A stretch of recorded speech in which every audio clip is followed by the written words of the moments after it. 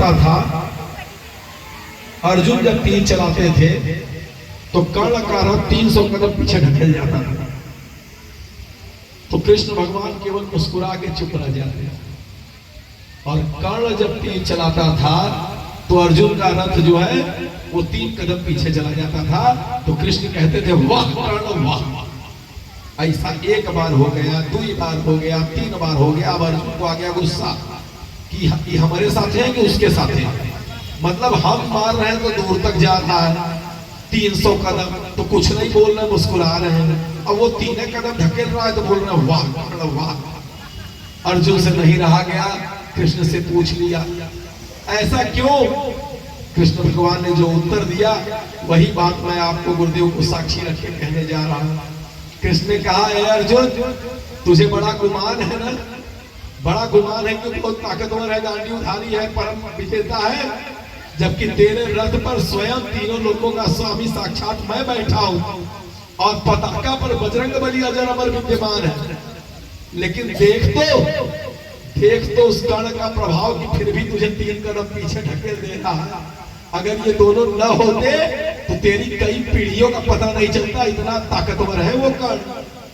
ऐ मेरे बैठे परिजनों, कलयुग का प्रकोप इतना खतरनाक है कि जब तक आपके रथ पर इस युग के श्री राम महाकाल की अवतारी चेतना परम पुण्य गुरुदेव विराजमान है, तब तक आप महारथी हैं। कलयुग जैसा कोई भी ताकत आ जाए आपके रथ को ढकेल नहीं पाएगी।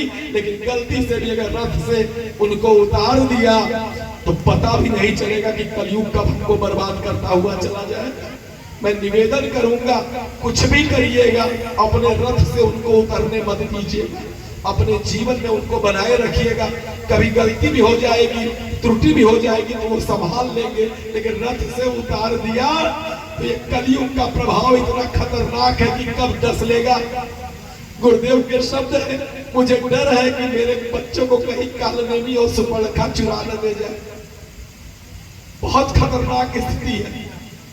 तभी किसी गायक को गाना पड़ा चौराहे पर, अब हर घर में रावण बैठा, इतने राम कहां से लाऊं, कलयुग बैठा मार को नली जाऊं तो मैं कहां जाऊं। उस बेचारे को अगर गुरुदेव दिख गए होते, गायत्री परिवार उसी लिए आया है। हर घर में रावण को मार के घर में राम की स्थापना करने के लिए गायत्री परिवार गुरुदेव ने बनाया, घर में राम की स्थापना के लिए। लेकिन राम की स्थापना के लिए 3 सूत्र है। अगर आप अपने बच्चे के अंदर के असुर को मारकर अगर राम को जिंदा करना चाहते हैं, भगवान की स्थापना करना चाहते हैं, देवत्व को जगाना चाहते हैं, मैंने 3री बार कह रहा हूं, अंतिम बार कह रहा हूं। परसों भी कहा था उठते समय, कल भी कहा था, आज भी कुछ नए लोगों ने तो कह दे रहे।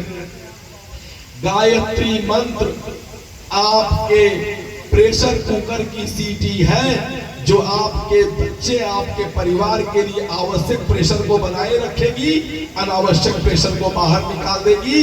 नहीं अगर सीटी को सही रखे, लगाए रखे तो कुकर भी फटेगा, खाना भी खराब होगा, घर भी नष्ट होगा। गायत्री मंत्र से अगर आप जुड़े तो, नहीं जुड़े तो समस्या थी, है और रहेगी।